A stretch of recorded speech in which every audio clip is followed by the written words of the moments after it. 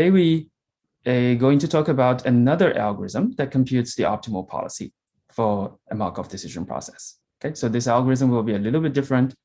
It will be actually quite a different from the previous algorithm. And I will mention the difference in the lecture, but there is a big homework problem, a problem set in the next homework for you to explore the difference between value iteration and policy iteration. Okay, and the homework problem set has small questions that guide you through, the process of exploring the difference between these two algorithms. Okay. All right. So as usual, we're just going to do a quick recap about what we covered last week, because some of the stuff that we covered from last week is going to be used in today's lecture. Right. So we're talking about policy evaluation. Right. So the problem here is that we are facing a particular policy pi, and we want to compute the value function for this policy. So we talked about a particular solution, which is to leverage this linear constraints, right? So we know that for V pi, it satisfies this Bellman equation. So I can actually write out this Bellman equation for every state. So now I get a linear programming constraints, right? So I have as many constraints, and then I can just solve this linear programming problem. Or I can just rewrite these as many constraints into a big linear algebra equation, and then we just take the matrix inverse, right? And then we get the exact solution for V pi. And then we also talked about a fixed point iteration algorithm, right? The idea is that we realize that V pi is a fixed point solution of the Bellman equation. So what we do is we just apply this, very general fixed point iteration algorithm, right? And we showed that this is a contraction map and this converges. Right, so in today's lecture, we're gonna use this. We're gonna mainly use this approach, the approach where actually gives us the exact solution, just for the purpose of analysis simplicity. Okay, but you can use the fixed point iteration algorithm as well. We will talk about that once we get to the algorithm part of today's lecture. And yeah, so once we get V pi, how we can actually get Q pi, right? So I guess this is very simple, so I'm just going to answer this question for you. So Q pi SA is just the sum of the reward, plus the next value function, right? So it's just by the the usual definition of Q pi, right? Once we get V pi, we can get Q pi exactly as well, right? And again, the CM approximation error applies, right? So if your V pi is approximately accurate, then Q pi is also approximately accurate, right? Right, and then we talked about how to compute the optimal policy actually in a Markov decision process, and we specifically focus on this algorithm called value iteration. And let me remind you what this Bellman operator T is, right? So this basically says that for all SA, my QT plus 1 SA is equals to the one-step immediate reward at SA plus gamma S prime from this transition operator, right? And then this max A prime over action set QT S prime A prime, right? So if you write out this, if you zoom into this Bellman operator, right? So this is the constraints. This is the equation update rule that you're going to write, right? For OSA, I'm updating the value at state action pair using this expression. Let me write it this way. All right, and this is basically saying that, we know that Q star is a fixed point solution of this Bellman operator, right? Because we know that Q star is equals to T times Q star, right? And that's why we designed this algorithm that iterates this process. And what we showed, as usual, we just proved that this is a contraction map, right? And that immediately gives us this exponential convergence rate. And then we actually needed to extract a policy from our Q estimator, right? So if I give you a Q estimator QT, we can actually just pick the greedy operator, this argmax operator with respect to QT as our policy. Okay, and then the last theorem that we showed is that this policy is indeed not a better policy, right? Especially when QT is actually pretty close to Q star. what we get is that the performance of this policy comparing to the optimal policy, they only up to this gamma to the power of t times the gap between your initial guess and the q star, right? Which we know is a bounded number, because our guess of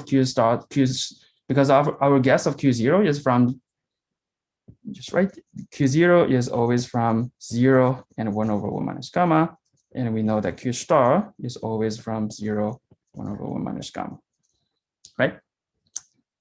So the difference between my initial guess and the q star is always bounded. So when t approaches the infinite, v pi t and v star, they're basically the same at every state, right?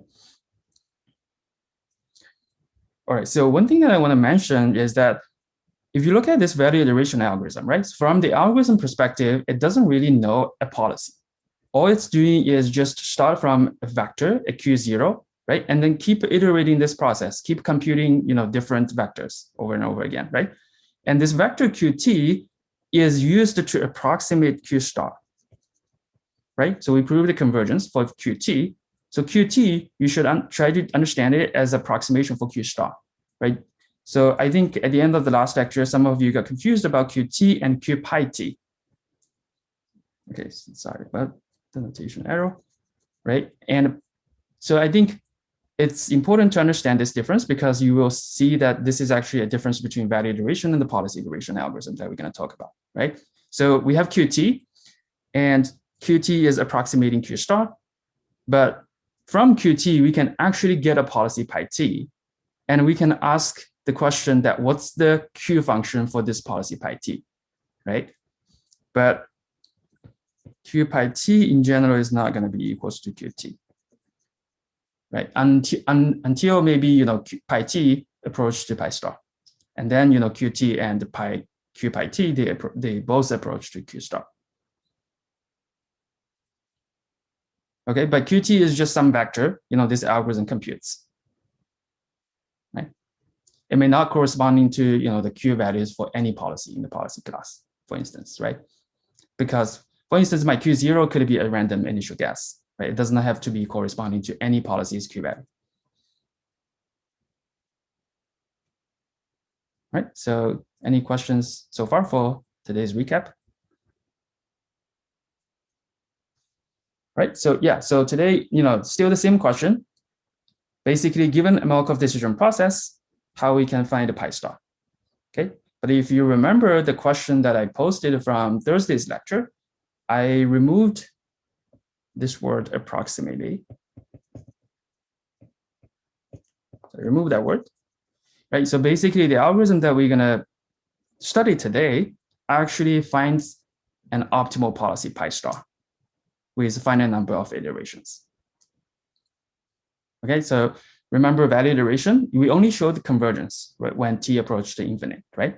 As I said at some point on Thursday's lecture, that you can actually run into a worst case where the second best policy's value is actually arbitrarily close to the best policy's value, right? So then it's gonna take value iteration arbitrarily many iterations in order to distinguish these two policies, right? The best policy and the second best policy. But nevertheless, this algorithm will actually just hit an optimal policy in finite number of iterations.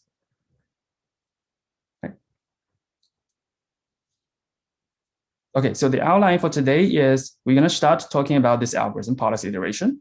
And then as usual, we're going to talk about convergence and how fast it is. And at the end of this lecture, we're going to switch to a new model, which is called a finite horizon Markov decision process. So this is slightly different from the infinite horizon setting that we have been studying so far. So the reason that we want to quickly introduce this model is that we want to use it for control setting, starting from Thursday, okay? Because as you will see in the control setting, finite horizon setting is basically the most common one that these control people study. Right, so yeah, so let's jump into the algorithm. So the algorithm is called policy iteration. So in high level, the algorithm outputs policies every iteration. Okay, so every iteration. So this algorithm outputs pi 0, pi 1, the way to pi capital T. Okay, so different from the value iteration algorithm, right, that outputs Q values, Q estimators every iteration, this algorithm in high level will output policy. That's why, it's called a policy iteration. All right, so we just start from some random guess.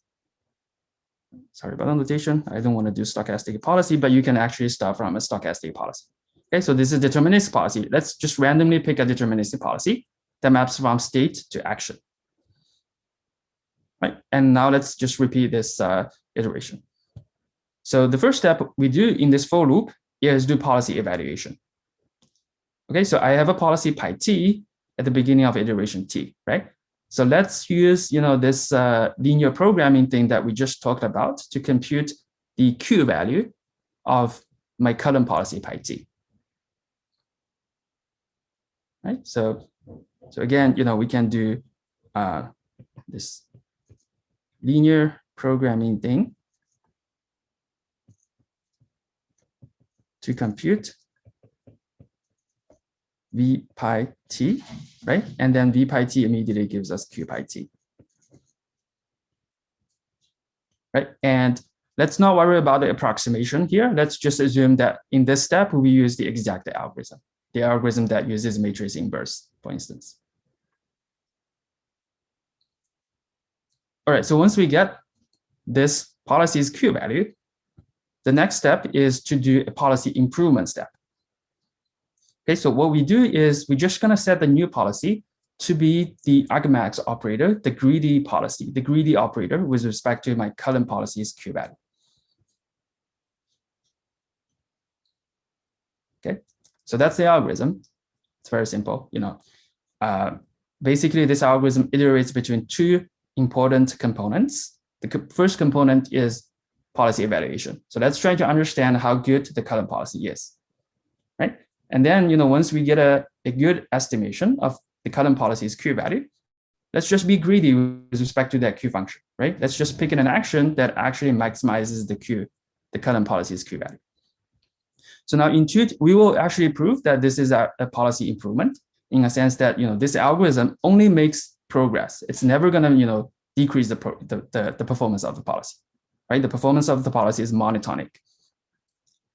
And intuitively, you can think about this policy improvement step as something that, you actually, if you're at state S and you realize that taking a different action and then follow policy pi t gives you a bigger reward than just following policy pi t from that state, right? So then intuitively, you probably should pick that action, right? Whenever you encounter this state, you should actually try that action and then, follow policy pi t because you know that this process, the combination of this process gives you a better total reward, right? So what I'm saying is that if I'm in state S, if this is what pi t tells me, right?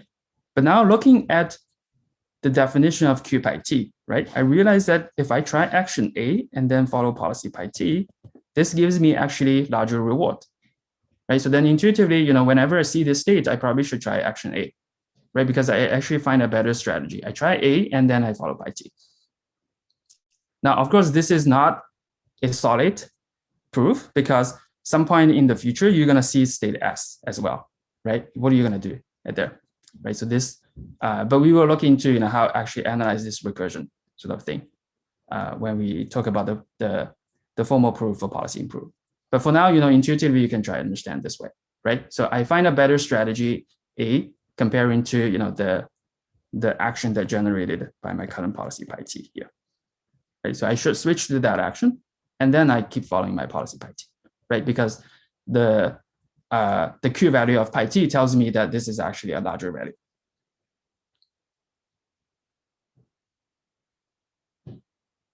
All right, so that's the algorithm. Any questions so far?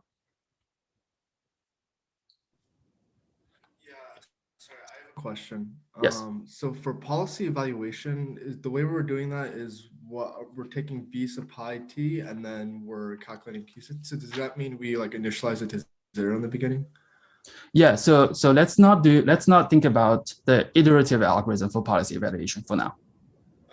Okay. So so you can do that. It might be a good exercise, for you to actually do that offline, like trying to think about what the approximation error in the policy evaluation would affect the convergence of policy iteration algorithm, right? But for now, let's think about this step. as using the exact algorithm. Okay, so the algorithm that uses matrix inverse. Okay, so in other words, we're not going to worry about the approximation error on Q pi t. Okay, so this is the exact step. But this algorithm works, if you use the approximation algorithm.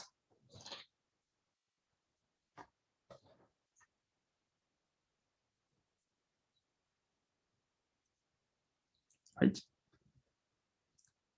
Yeah.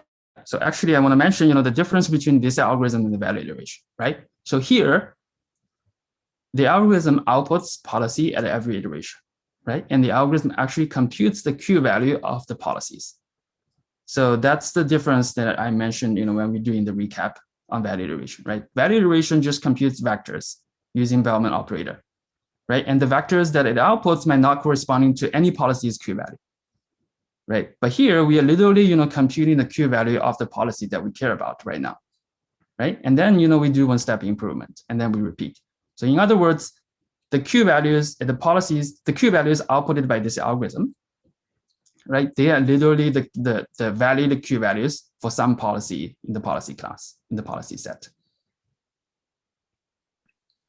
Hello? Yes. I have a problem. So when we are doing policy improvement, we take the argmax of A. And what if after we take A, we still return to S? Yes. So this yeah. So, not update, right? Or it's updating, but it's not a change, right? Yeah. So this rule basically says that if you return to S, you're going to apply the same pi t plus 1S. You're going to apply the same action A, right? So in this picture, if you see this S here again, you're going to apply the same action A. Yeah, but if you keep doing this, it's not. Then it's kind of like stop at this S, right? Yeah. So you will see when we try to prove the policy improvement, this actually holds. This is again, a recursion step. Okay. Right. Because the situation you're kind of facing here is kind of the situation you face at the original here, right? Right. Yeah. So you apply recursion step, you will see that actually works. Okay. I have a quick question about the existence of the policy corresponding to the value iteration result. Like if we already maximize the Q based on maybe the top-down DP algorithm, then why can't we find the policy correspond to the maximum Q value if that cannot exist?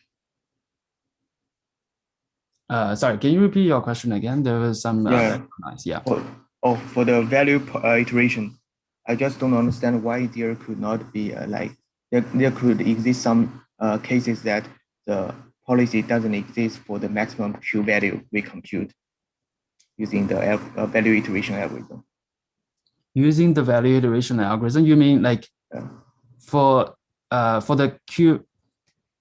You mean why the optimal policy does not exist? The policy respond to the maximum Q that give us the maximum Q we compute. Does not exist. I mean, yeah. So okay, so let's see. So you get a QT from the Bellman from the value iteration, right? And this gives you a policy, which is the argmax A of QTSA. Okay, and what was your question? You just mentioned the difference between the policy iteration and the value iteration is yes. This policy iteration always gives the policy that exists, but for the value iteration, yes. the policy. Yeah, the policy also exists, right? But all I was saying is that let's define this as a pi t, right? And then I need additional work to compute Q pi t, right? Oh yeah. Yeah, but QT is not necessarily equals to Q pi t, right? They're different. I mean, the goal is different because QT is trying to approximate Q star, right? And it will converge Q star. You iterate. It eventually will converge, yeah. But along the way, they're not necessarily equal, right? Value iteration itself, yeah. So value iteration itself inside the algorithm, the value iteration algorithm itself has it doesn't even know the concept of policy, right? It should just keep iterating. Right? But this algorithm is actually focusing on policy improvement. It's trying to compute a policy that is better from the previous one, and so on and so forth.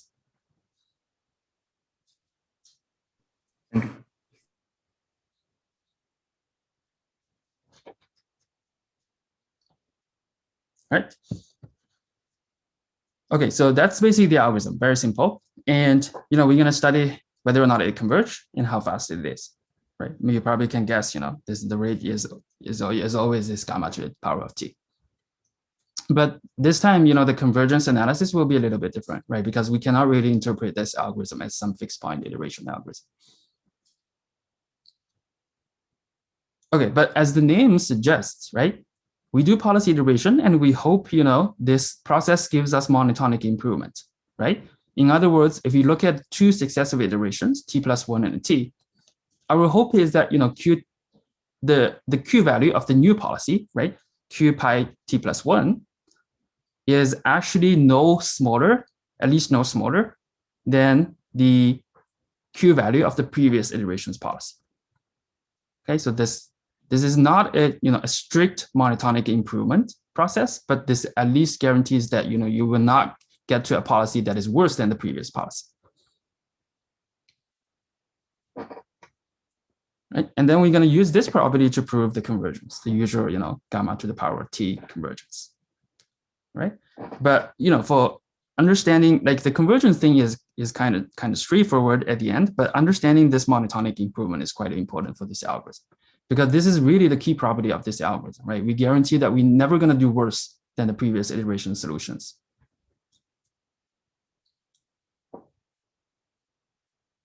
All right, so yeah, so let's just focus on the monotonic improvement. Okay, so let's recall what the policy improvement step is doing.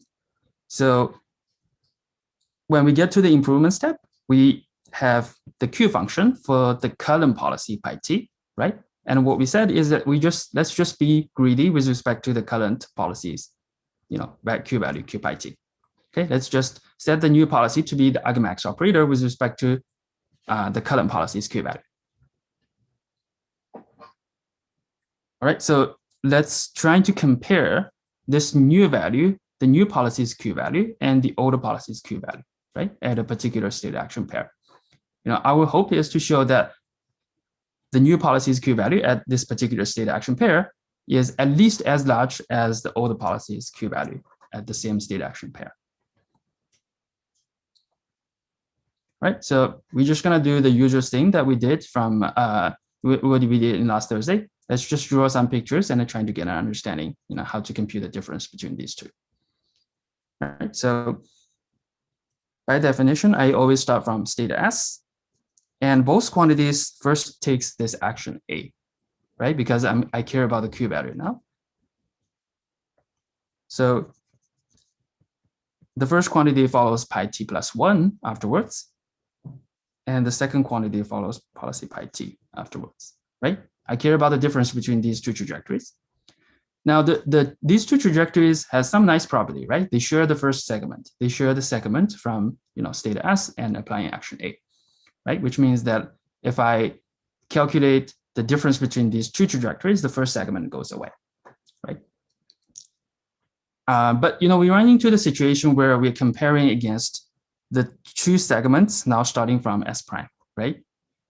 As we mentioned from the previous lecture, directly computing that difference is kind of hard because these two policies, after they agree at state S, they're gonna disagree at every time step starting from S prime, right?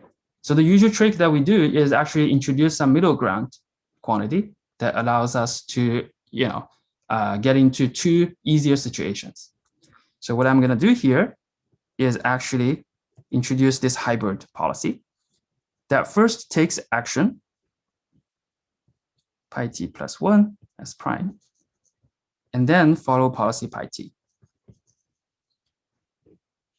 Okay, so this is the same trick that we did, from the previous lecture, right?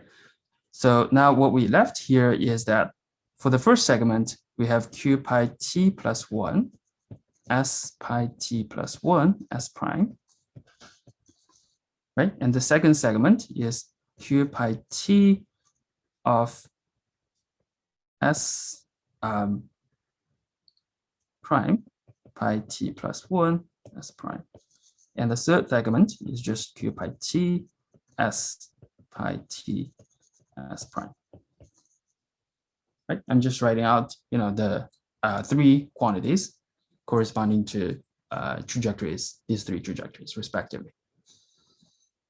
Okay, let's just denote them as 1, 2, 3. And what we cared is the difference between 1 minus 3. And let's just do the usual trick.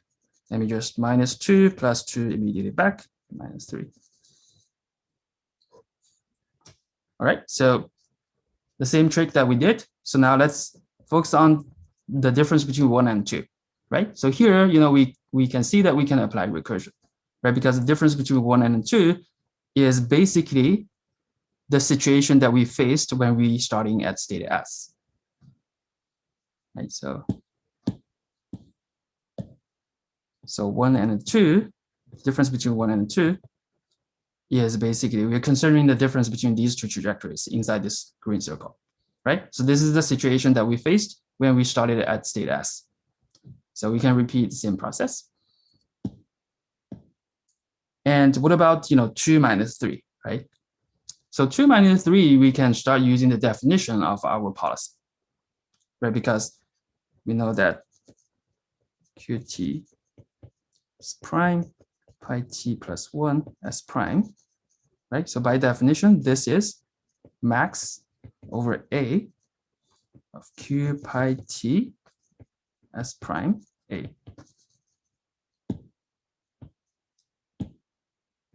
Right? Because my policy pi t plus 1 is the argmax operator. Right? But this, of course, is bigger than q pi t of s pi t s prime. Right? Because pi t s prime, it just picks some action among the action set. Right, so that's basically how we're going to control the term on the term corresponding to minus 3. All right, and then we repeat the same process.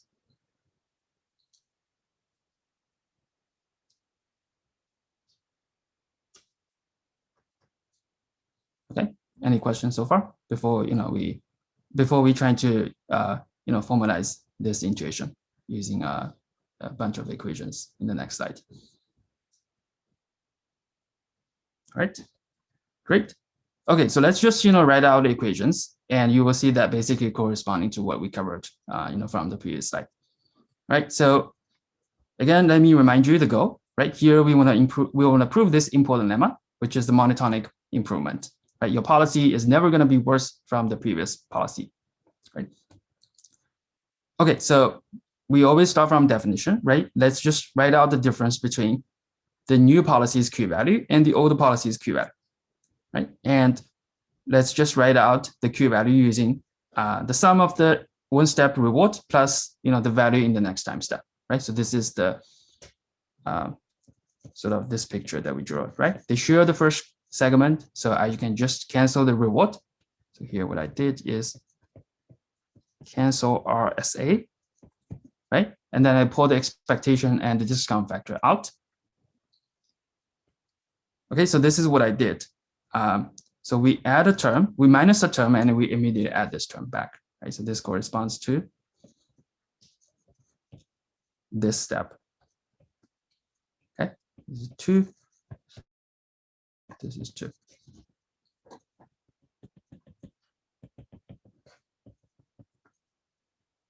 All right, and we said that for 1 minus 2, this is a nice quantity because now we are concerning about the difference between the new policy's Q value and the old policy's Q value at the next state action pair.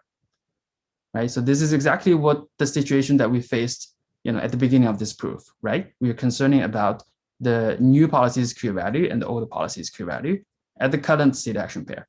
So now after this one-step trick, we move to the next time step. Right, we're concerning about the difference between the new policy's Q value and the older policy's Q value at the next state action pair. Right, which means that we can actually repeat the same process that we just did. Right, what about 2 minus 3? This allows us to apply recursion. What about 2 minus 3? And we just proved that this is bigger than 0. Right? And because this is bigger than 0, I can just throw them away and I can write this inequality, right?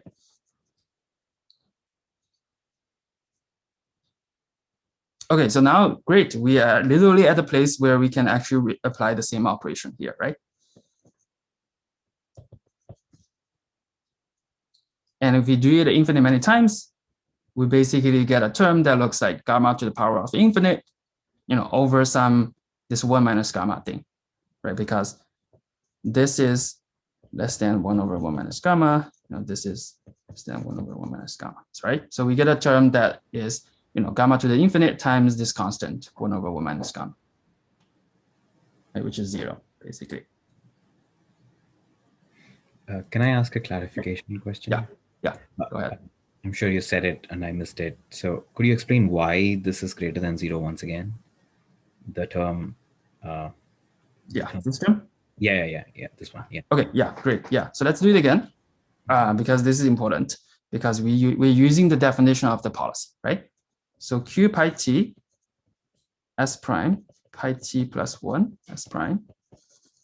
So this is max of A, Q pi t S prime A, right? Because think about the definition of pi t plus 1. It always selects the action that maximizes the current policy's Q value. Okay, so this is just bigger than Q pi t S prime, pi t S prime, right? So the max is bigger than any other action. Got it. Thank you. Yeah.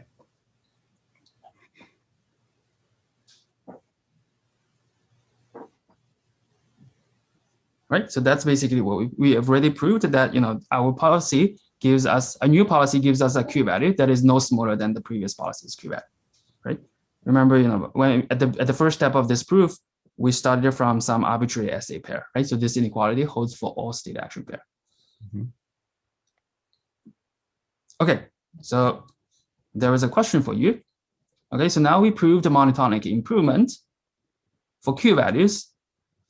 Does this monotonic improvement hold for values, for value functions, right? That's our hope, right? We wish, the new policy actually gives monotonic improvement on its own value function as well, right? Because eventually, we care about the value function, right? Because that basically quantifies, the expected total reward following a particular policy.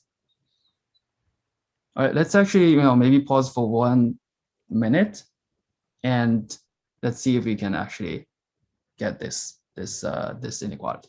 Okay, so this is true. So let's see if we can prove that.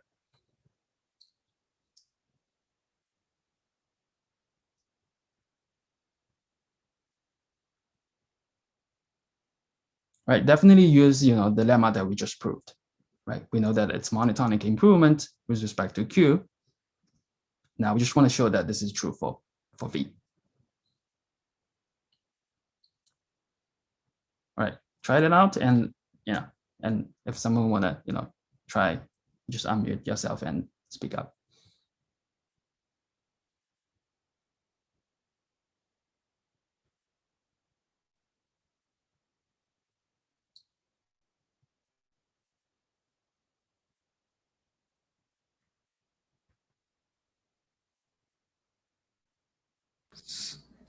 Can't you just use the Bellman equation and then apply this?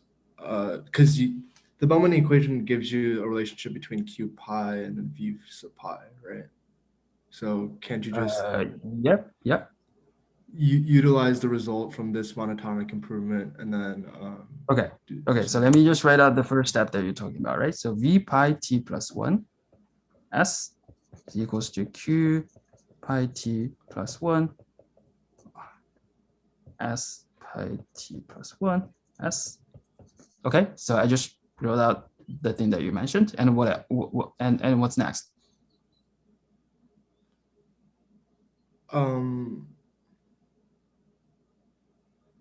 Wait, is this true?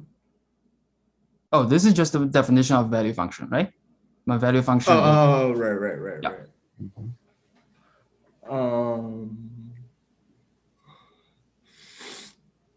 Now, and here we use the definition of pi t plus 1 S, which is the argmax.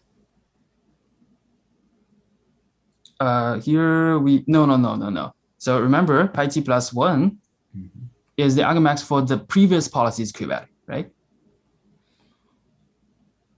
Right, that's how we define pi t plus 1, right? You cannot use the definition of q pi t plus 1 to define pi t plus 1 again. Got it. Yeah. Thank you. And then we know that because of monotonic improvement, that's going to be greater than. Yeah. So I think you probably already get the key step. So we have already proved the monotonic improvement, right? And we want to link q pi t plus 1 to q pi t. And this is a place that we actually use monotonic improvement, right?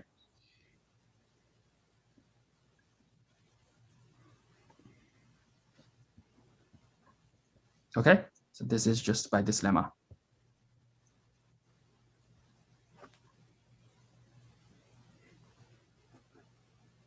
All right, so now the last step is basically someone just mentioned, right? We can use the definition of the policy itself now, because we successfully moved from pi t plus 1 to pi t. And this is bigger than q pi t s pi t s, right? Because this guy is argmax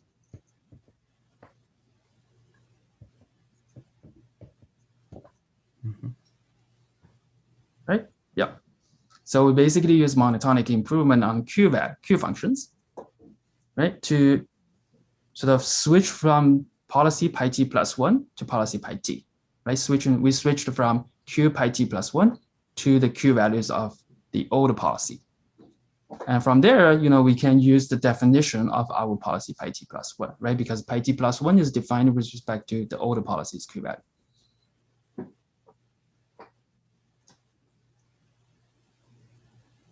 So I just had a quick question about this monotonic improvement proof. Why is there a negative gamma to the infinity here? I don't quite understand that. Wait, let me see. Ouch. Oh, yeah. So there's a possibility that, this term could be negative, right? Oh, right. Okay. Oh, I guess, yeah, this term could be negative, right? Because we are proving monotonic improvement from pi t plus 1 to pi t, right? So at this stage, we can only say that this term is bounded from negative 1 over 1 minus gamma and 1 over 1 minus gamma, right? Because we haven't shown that this term is positive yet, because that's what we're trying to prove, right? So all we know is that this term is between negative 1 over 1 minus gamma and 1 over 1 minus gamma, right? In other words, the absolute value of this term is bounded. And that's why, I'm using the negative at the end, right? Yeah, so let me just write this step out, actually. So here, I'm just saying this is bigger than 1 minus gamma. That's all I'm seeing.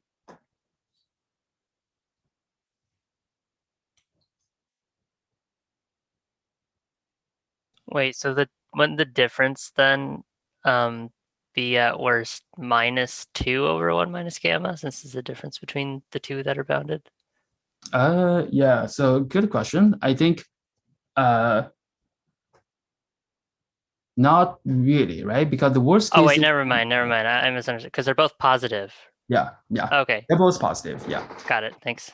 Yeah, I actually had a 2 when I was making this slide, but I realized that, yeah, both of them are positive. So, 0 minus, 1 over 1 minus gamma is, negative 1 over 1 minus gamma, right? Yeah, makes sense, thanks. But, these constant doesn't really matter, right? At the end, when gamma to the power of t is small enough, it just goes away. Right. Yeah. And usually when we do like big O notations, we will be actually pretty sloppy on constants in this semester as well. Okay. Sorry, I'm still kind of confused. Like what happens in that ... section? How do you recursively get to the thing on the right of the inequality? Yeah, okay, so let's just maybe do one more step. Okay, so I'm trying to find a place where I can. Okay, so maybe let's just do it here.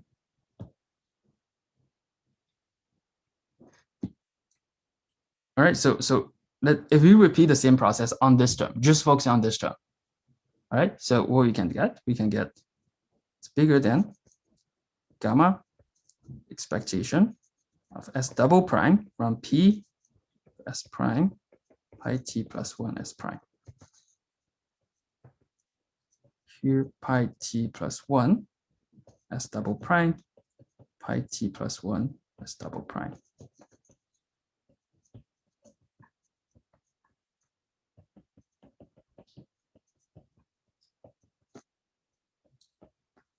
Okay, so I just repeated the same process, right? I just repeat the same process that we had starting from this first term. Okay. So now I get a gamma from the first step, first process, right? And then I get another gamma for the second process, right? And now you can repeat the same thing here, right? Oh, okay. Yeah, sorry. Yeah, now I understand it. No, yeah, that's fine. Yeah. So I think, sometimes, yeah, writing out one more step on this recursion process is actually will be super helpful, right? And it's a good way to actually verify, your sort of your understanding of this recursion process is correct. Okay. Sometimes, we actually, if you just write out one step and jump into the conclusion, sometimes we just make mistakes.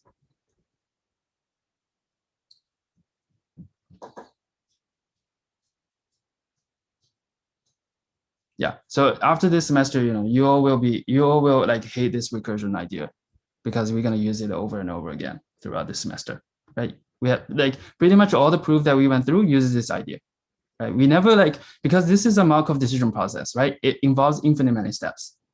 So we don't want to sit down and write out infinite many steps in our proof, right?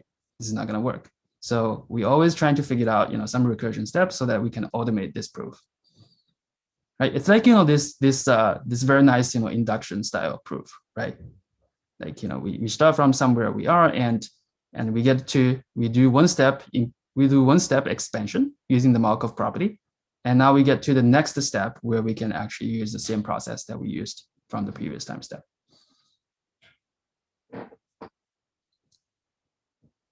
Okay, so yeah, so now we get to the convergence analysis. Right, so here we want to use the monotonic improvement to prove that this actually, oops, sorry about that, converged exponential fast. Right, so here I'm only write out this one convergence step. So here's gamma, t plus 1 and t, right? But if you keep expanding, you get gamma to the power of t plus 1, I guess. V pi 0 minus v star.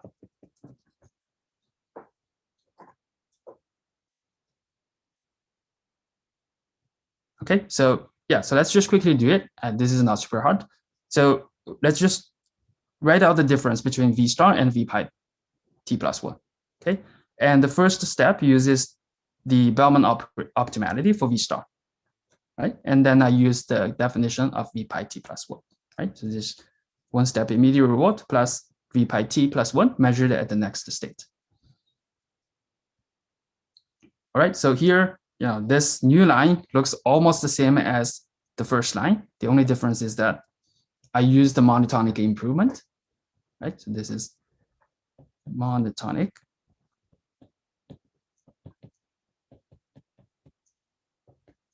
On value function, right? So this is something that we just proved, right? So our new policy's value function is never going to be worse than the previous policy's value function, right? So I just replace v pi t plus 1 by v pi t and try to convince yourself, this inequality is this direction, right? Because now I'm minusing something that is smaller than v pi t plus 1. Okay. And this step, I'm just using the definition of pi t plus 1, right? Because what is this term, right? So this term is actually q pi t of s pi t plus 1 of s, right? And then we use the definition of pi t plus 1, which is the argmax operator for this q pi t, right? So this uses the definition, this step.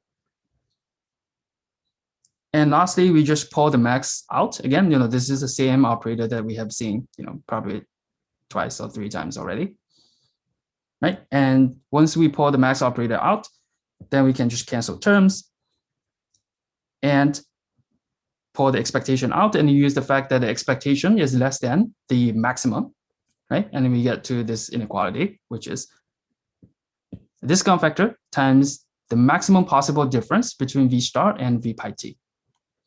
Okay, so here I'm skipping, several steps somewhere around here, but these are the steps that we have seen, many times, right? So what I'm doing is cancel this out and pull the gamma and expectation out. Again, the proof starts from an arbitrary S. So this means that V star minus V pi t plus 1 infinite norm is less than gamma times the infinite norm V pi t.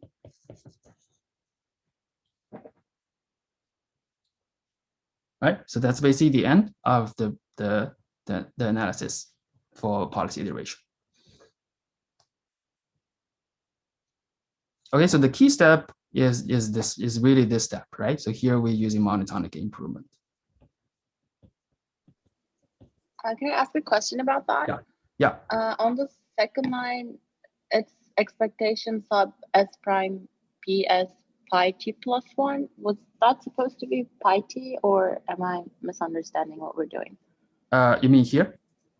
No, on the right-hand side of that. On the right-hand side. Oh, you mean here? So we have V pi t S prime, but in the expectation it's pi t plus 1. Sorry, let me try to understand. So you're saying here, right? Yeah. Oh, we're just changing what's inside the expectation. Oh, okay.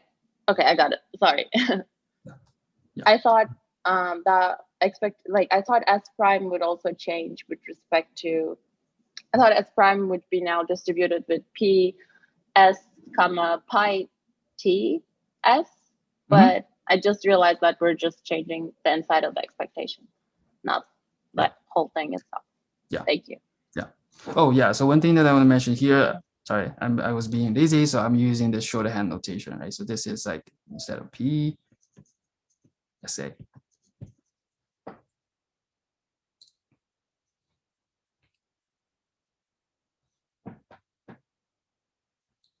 Right. So yeah, so this convergence proof is basically very similar to the convergence proof that we covered before, right? Except here now we actually need to use the monotonic improvement lemma that we proved. Right. So yeah. So like to me, this policy iteration in the proof of policy iteration, this monotonic improvement is really the key lemma, right? This is like a very nice property, right? A property that we all hope, for those kind of iterative algorithm, right? We never want to, get to a solution that is actually worse than the previous iteration solutions, right? And if you actually look at value iterations, they actually don't guarantee that the policy you computed at this iteration is actually better or no worse than the previous iterations policies, right? It's actually not guaranteed. All you guaranteed is that eventually it converges to, pi star, right? But along the way, it might not necessarily give you the monotonic improvement, right?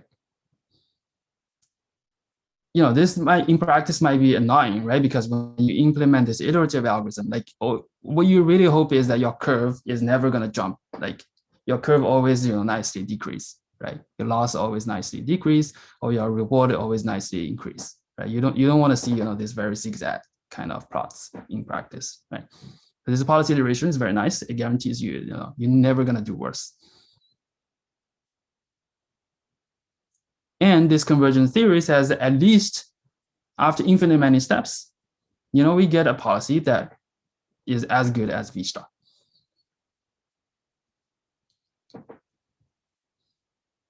All right, so yeah, so summary so far. So we started with this algorithm, very simple. So it always iterates between these 2 steps, policy evaluation and policy improvement. Okay, so this, what we talked about is that, if you look at the proof that we went through, right? So here we always assume that we have this exact Q pi t. Like in the proof, we haven't talked about what would happen if I'm running the iterative algorithm for estimating the value of policy pi t, right? But if you're interested, you can actually modify the proof that we went through by introduce this approximation for Q pi t, right? And you will see that this approximation actually is not going to ruin the whole proof framework. Right, and then we just proved the monotonic improvement, which is a nice property that we really hope, even in practice, right? And then we use the monotonic improvement to prove the convergence analysis. This is just the usual gamma to the power of t thing.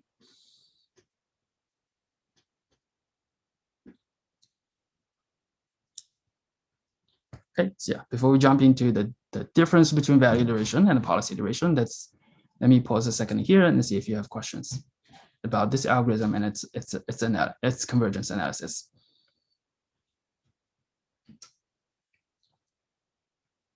And yeah, let me write this down as well. So here we just proved that v pi t plus 1 s is also no smaller than v pi t s for all s.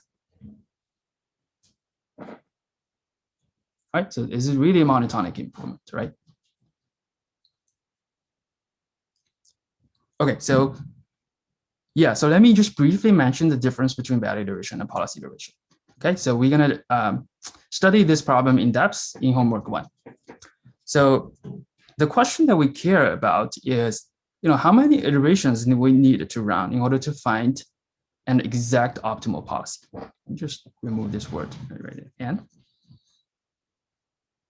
Okay, so we briefly mentioned the worst possible case for value iteration, right? Where you have the best policy and the second best policy. They are arbitrarily close in terms of their value functions, right? So then it's really going to take value iteration, arbitrarily many iterations, in order to distinguish the best and the second best policy, right? Because you really need to run this iteration enough in order to basically get the gap between your policy's value and the optimal policy's value, the gap smaller than the gap between the optimal policy and the second optimal policy, right?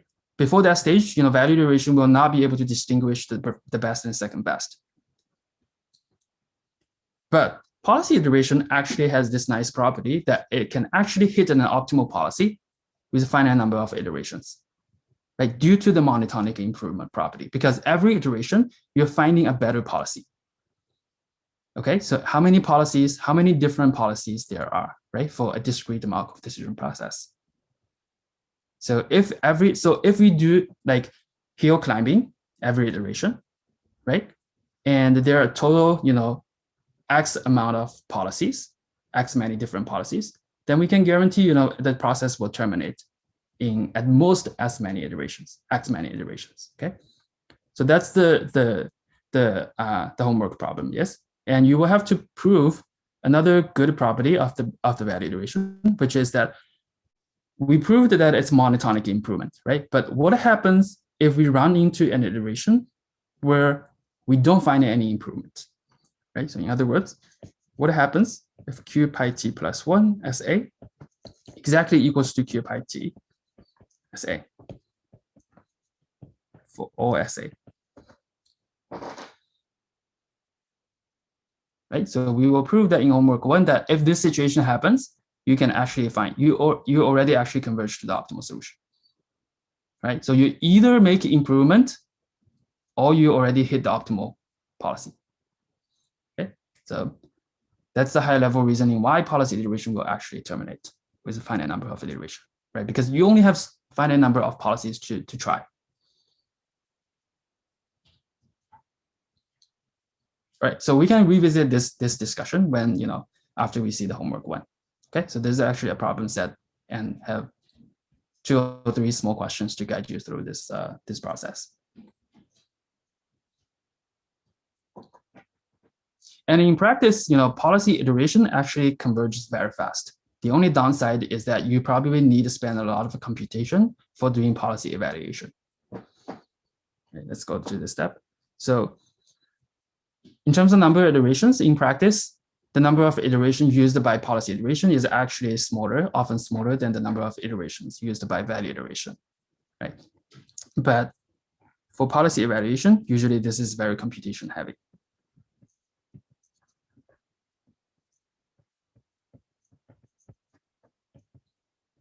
Expensive, right? So you either do the S cubic thing using the matrix inverse, or you need to do this iterative algorithm, right?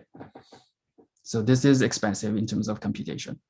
But the outer loop number of iterations of policy iteration is usually much smaller than the number of iterations of value iteration.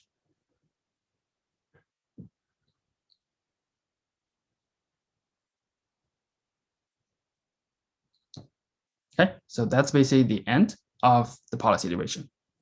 Okay, so we have already covered, the two most fundamental algorithms for finding the optimal policy: value iteration and policy iteration.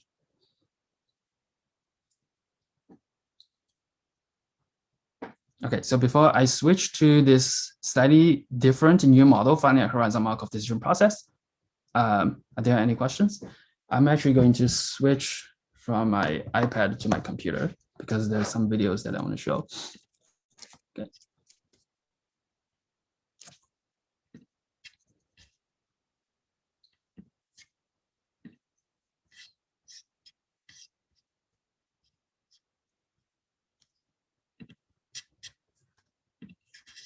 Here.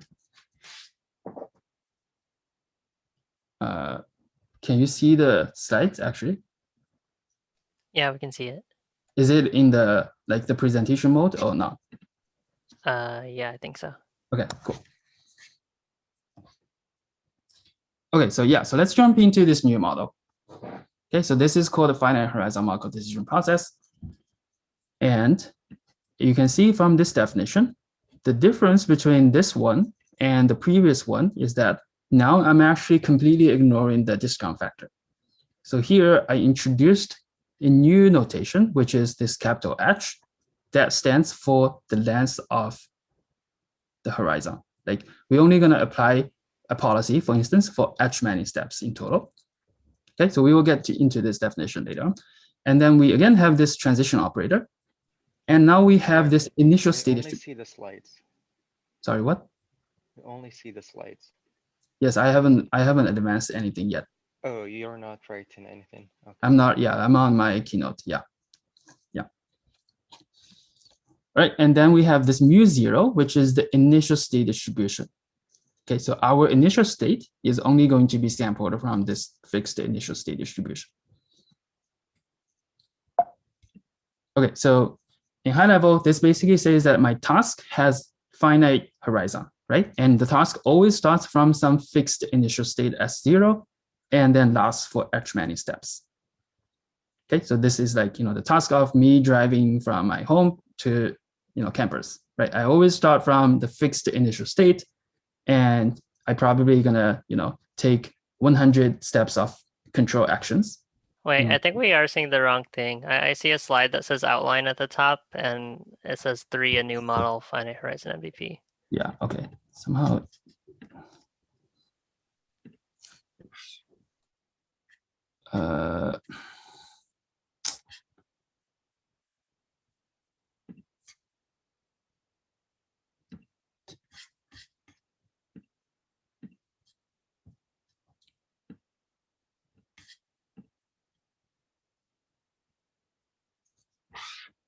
Can you see the, what about now?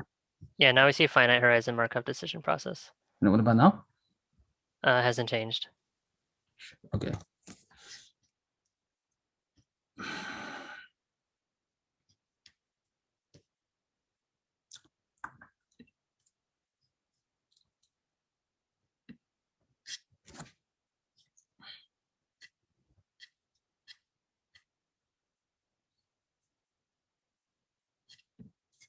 That's very weird.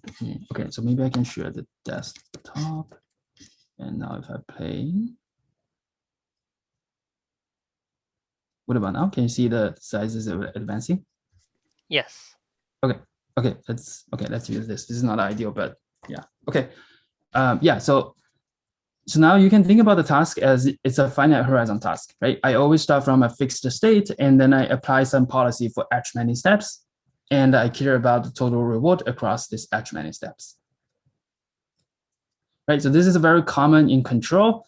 For instance, I have some predefined trajectory that I wanted the robot to follow, and the robot always start from this particular position and execute 100 steps of controls. And the goal is to stay on the pre-specified trajectory as close as possible.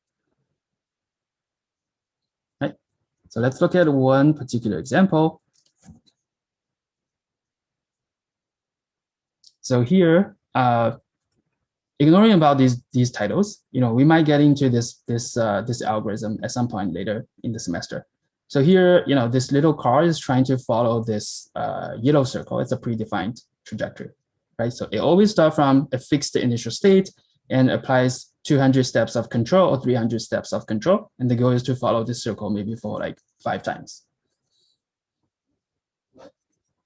Right, of course, this is a learning algorithm, and eventually, the robot gets better in terms of completing this specific task, right? Just following this circle for 5 times, for instance, starting from the fixed initial state. This is a very common control problem, right? So in control problem, you always specify a trajectory, and you wanted this robot to follow that trajectory. And this is also very common in industry manipulation tasks, right? Like we see that those manipulators in this industry lab, they often just repeat the same process over and over again, right? That's their whole life. They just start from the fixed initial state. They repeat, 100 steps of controls, and their goal is to just repeatedly finish this particular task.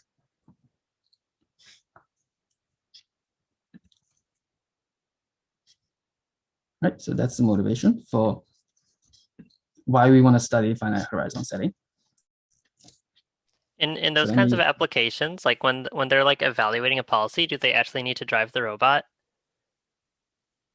Yeah, good question. Yeah, I'm actually going to talk about the value functions and the Q functions for now. Okay. All right, so this is what we covered. Yeah. Okay, so yeah, let me answer your question. So yes, if you don't know the transition dynamics, right? For instance, if you don't know the differential equation that governs this car, yes, you might want to actually execute that policy, right? To calculate what's the total deviation from the trajectory you generated and the pre-specified trajectory, right? But if you actually have a very good differential equation for this car and you believe that there's not that much noise, right? Then you can just write out the differential equation, do integration over time, and then calculate the deviation from your expected trajectory, right? And the pre-specified trajectory, right? That makes sense. Yeah. Thanks. So far we haven't touched anything about learning yet. So far what we did in Markov decision process is that we assume that the transition probability, right, is P and R and they are known. So we can actually just like use design algorithm, use those like closed form, like what we did in the policy evaluation to calculate the value function, right? This is the same logic, like use differential equation in control, right? All right, so yeah, so in this setting, we will consider time-dependent policies. Okay, so let's actually go slow here because this might be a little bit confusing. So if you recall what we did in the discounted infinite horizon Markov decision process, right? So we only focused on policies that takes a state as input and outputs an action, right? So in other words, it doesn't really matter, at which time step that I see this particular state as, right? My policy is always going to be, stick to the same action. But here, conceptually, this is different. If I see a state at the first time step, I might apply a different action than the action that I would apply if I see that state at later stage. Sorry, I have another question. Yeah. Oh, I don't know Go if ahead. someone else Yeah, said go something. But what's like the generalization of these Markov decision processes if you're making like continuous decisions rather than one per time? Are we in like the realm of differential geometry if we're doing that, or what's the analog there? Yeah, there's an analogs if you do differential equation, if you do continuous time, and there's an analogs for value iteration, the value function, and Q function, right? Because you instead of sum over time steps, you do integral over time step, and there's also analog for Bellman equation as well. This is called wow. Hamiltonian Jacobian Bellman. We're not going to talk about these kind of things. Okay, I'm just curious in case it comes up in the future. Yeah, thanks. Yeah, because that's kind of complicated, right? We have to cover, differential equation and probably partial differential equation stuff as well, which we're not going to do. Yeah. Cool.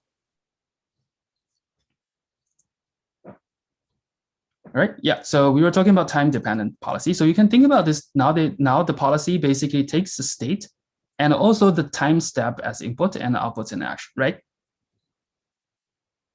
So think about the setting where like I have a particular state S. If I see that state S at the end of this trajectory, right? So the action that I might take is probably going to be different from the situation, when I see this particular state S at the first time step h equal to 0.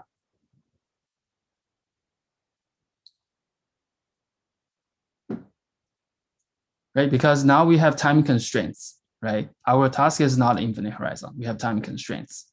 So maybe at later stage, I should be a little bit greedy because I don't have that much time left, right? I should be a little greedy in terms of collecting small rewards.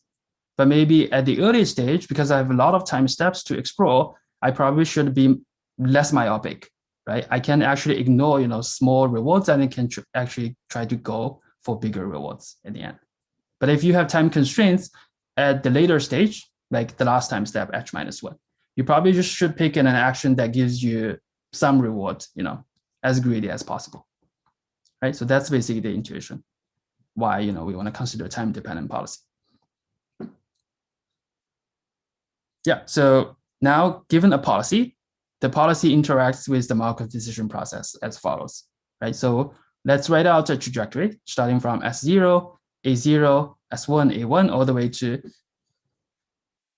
sorry, my bad, SH minus 1, AH minus 1, right? So this is just the usual graphical model that we draw, right?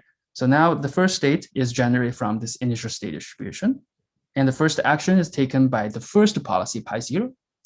And again, S1 is generated from this fixed transition kernel probability, right? And A1 is generated from pi 1, so on and so forth, right? So at time step h, you apply the policy specified for this time step h.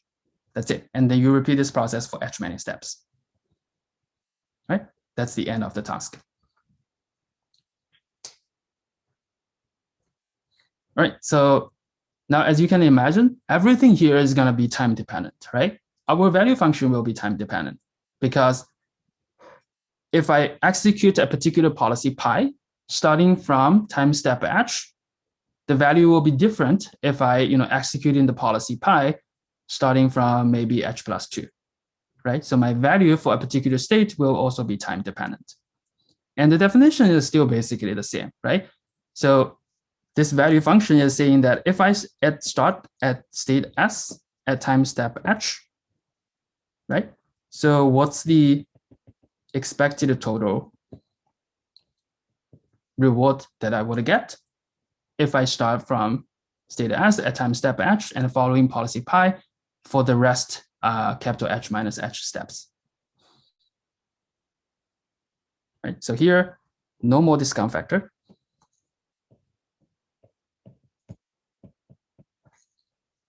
Right? And the action is taken by the corresponding policy. So if at time step tau, I will use policy pi tau. Okay, so we're often going to write policy pi as pi 0, pi 1, all the way to pi h minus 1. Right? And same for Q function. So I will start at time step h at state S, follow action A, and then I follow policy pi for the rest of capital H minus 2 steps. Right, so basically the same definition, except now we actually can actually start from different time steps, right? And that's why our value function is indexed by time step now.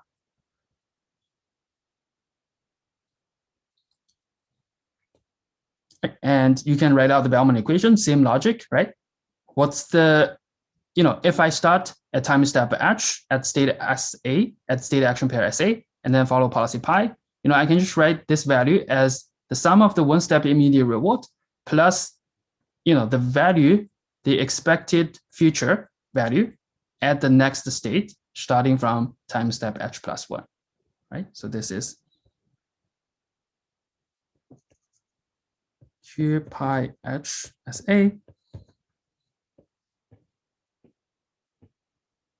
at H plus 1. So this is next state S prime, right?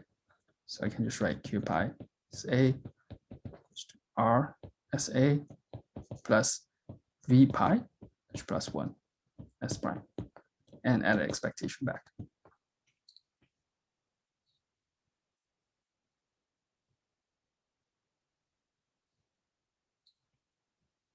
All right, so now actually computing the optimal policy for this setting is actually way easier than the infinite horizon discount setting. So we have like 2 minutes left. Let's see if I can actually just quickly go through the dynamic programming. But intuitively, that's very straightforward, right? So we do dynamic programming. We're literally going to do dynamic programming here, right? So we do dynamic programming from time step capital H minus 1. So we do dynamic programming backwards.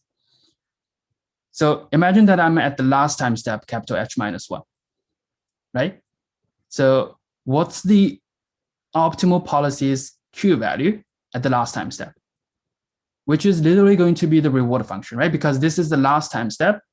Like I apply action A, I'm going to terminate because this is the last time step, capital H minus 1, right? So literally, after I apply action A, there's no time step left for me to follow any policy, right? So my Q star at the last time step will just be equal to reward function, right? And what's the optimal policy in the last time step? Let's just be greedy with respect to the reward function, right? Because this is the last step. Like all I can do is actually just find an action that maximizes the reward function at this particular time step, right? Like ignoring how we get to the last time step, right? The past is already the past. What we can do is actually focus on optimizing the last time step. So this is basically, the first step in dynamic programming, right? So ignoring the past, let's just focus on optimizing the last time step. All we can do is just pick an action that maximizes the reward because this is the last time step. All right, so now we can write out the value function V star, right? Which is just the max over A of this Q star. Okay, so now let's just actually move to the dynamic programming part, right? Let's see, we already figured out how to behave optimally starting from H plus 1, right? And conditioning on that, how can we actually write out the optimal policy for time step H? So let's just use the Bellman equation, right? So Q star HSA basically says that, take action A at state S and then follow optimal policy pi starting from H plus 1, right? By this assumption, we already figured out how to act optimally at starting from H plus 1, right? So this has already been computed. And then our policy, optimal policy, is literally the greedy operator with respect to QH star SA. All right, so now we get, if you plug in the Q pi star H into Q star H, you get V star H S, right? And now we can repeat the same process. Right, again, in high level, this is literally dynamic programming. This is like truly a dynamic programming perspective, right? We start from the last time step, and we know that in the last time step, there's nothing we can do, right? All we can do is just be greedy with respect to the reward function, because after we take this action, our job is done, right? So let's just pick an action that maximizes reward. Okay, so now we get into this general, recursion setting, right? So let's see, we already figured out how to behave optimally starting from H minus 1, right? Let's figure out, what's the optimal policy is at the current time step H. Right? And then once we figure that out, we can move to H minus 1, H minus 2, or so on and so forth, all the way to first time step H equal to 0. All right, so that's basically the end of today's lecture. So Just a quick summary on finite horizon Markov decision process, right? So policy will be time dependent, and the value function and Q function will be time dependent, right? So really think about this dynamic programming perspective, right? So the optimal policy that we have at the last time step will be basically different from the optimal policy in the first time step, right? Because in the last time step, there's nothing we can do, just be greedy. Like be greedy is the best thing we could do in the last time step. Okay. And then, our dynamic programming actually exactly gives us the optimal policy pi star, right? There is no this gamma to the power of t style argument, right? Like we prove that this is an optimal policy by just, the property of dynamic program. Like we literally were just doing dynamic program, right? And here again, no more discount factor anymore, right? We don't need to worry about convergence or whatever, like just do value iteration, this dynamic programming, starting from H minus 1 all the way to H equal to 0, then we are done, right? We prove optimality by the property of dynamic program.